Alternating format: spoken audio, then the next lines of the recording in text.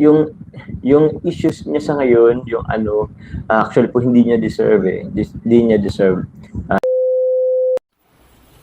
So yan mga kalingap, magandang araw po sa lahat. Kung saan dako man kayo ng mundo naroroon, sa kapwa ko OFW, ayan, mag-iingat po tayong lahat mga kalingap. At syempre, may galab shoutout kila Kuya Bal Santos Matubang, Ate Edna Vlogs at Kalingap Rab. So ayan nga guys, no, panibagong vlog, panibagong reaction video na tayo ngayon. At unang-una, maraming salamat sa sumusuporta po sa Team Kalingap, especially kila Kuya Bal Santos Matubang, kila Kalingap Rab at Ate Edna sa walang sawang panonood nyo ng kanilang mga video para po marami pa po silang matulungan na nangangailangan po dyan sa Pilipinas at saka po sa mga landing pad, pakisuportahan nyo rin po sila.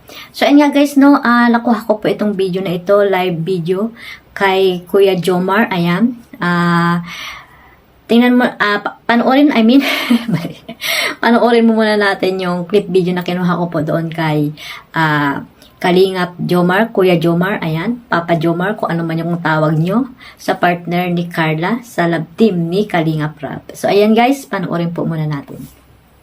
Kaya so siguro po nagbe-break po muna siya from social media.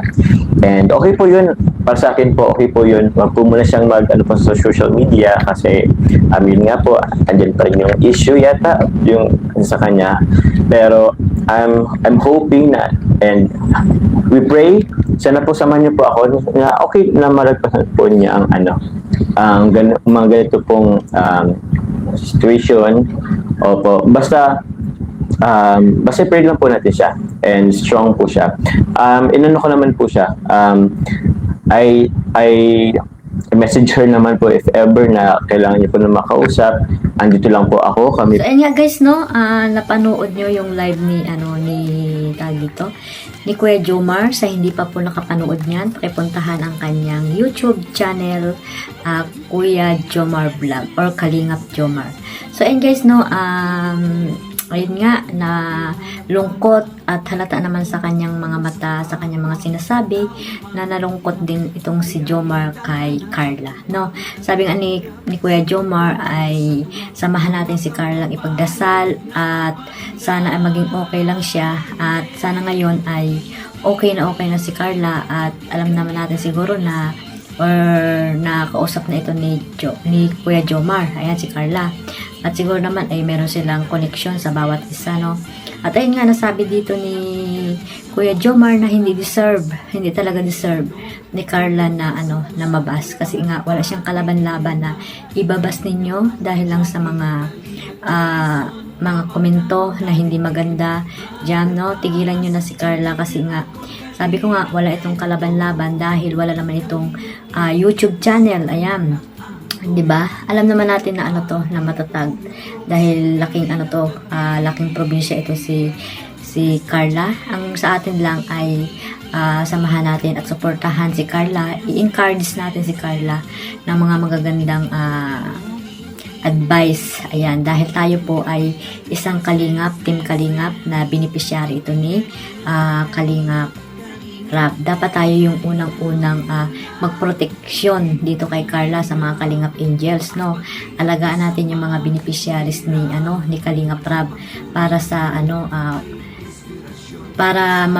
kanilang mga confidence sa kanilang mga sarili. Ayan, hindi sila dapat binabas ng mga taong walang ginawa, kundi mambas na lang ng mambas dyan, no? Ayan, no, suportahan natin sila, suportahan natin ang Team Jomcar, ang Team Idsay, ayan, suportahan natin lahat ng mga Kalingap Angels ni Kalingap Rab dahil sila rin yung isa sa mga nakatulong kay Kalingap Rab sa channel ni Kalingap Rab, lalo na ang dalawang love team na ito na si Idsay at si Jomcar. Malaki ang naibahagi nito sa Kalingap. So ayun guys, no, talagang napaiyak diyan si Kuya Jomar sa nangyari kay Carla, no. Nabalitaan niya na ganun nga na maraming nambabasa kay Carla. At ayun nga ay nalungkot itong si Kuya Jomar, no. Hindi man daw niya naipakita sa inyo na umiiyak siya. Siyempre sa likod ng camera ay talagang napaluha daw siya doon sa nangyari kay Carla. At syempre nga, kilala niya na to si Carla dahil nakasama niya na ito at kapartner niya nga ito sa love team na ginagawa ni Kalingap Rab. Kaya ano sabi ni Kuya Jomar na napakabait itong si Carla at tawag dito, matulong ito sa magulang niya. Ayan. At talagang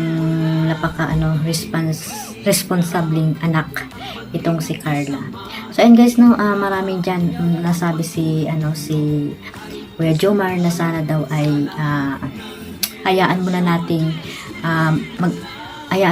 huwag mo nang sa social media, lumabas sa social media si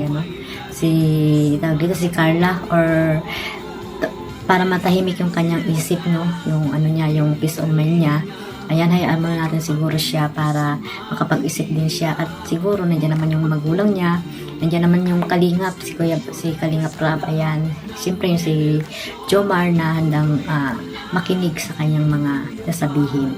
Sabi ni Kuya Jomar, nandiyan lang sila Jomar, si Kuya Ian, ayan, si Kuya Jens, ayan, siyempre si Kalingap Rab na handang makinig sa kanyang mga problema.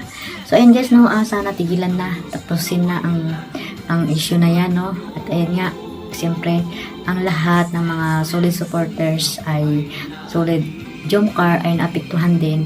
Sana ay yung mga solid Jomcar din ay tumahimik na lang din kayo, tigilan nyo na din yung kung ano mga sinasabi nyo, at mag-focus na lang kayo sa pagmamarathon sa Jomcar. Ayan. At ayun nga, ayan, dumaan si Lola.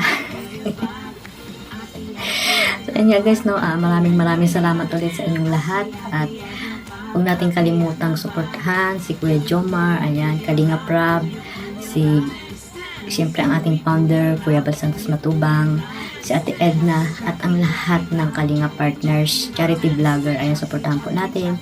At siyempre ang inyong lingkod, huwag niyo pong kalimutan na i-subscribe at panoorin lahat ng mga videos na ina-upload. Maraming salamat sa mga bagong subscriber ko. Ayan.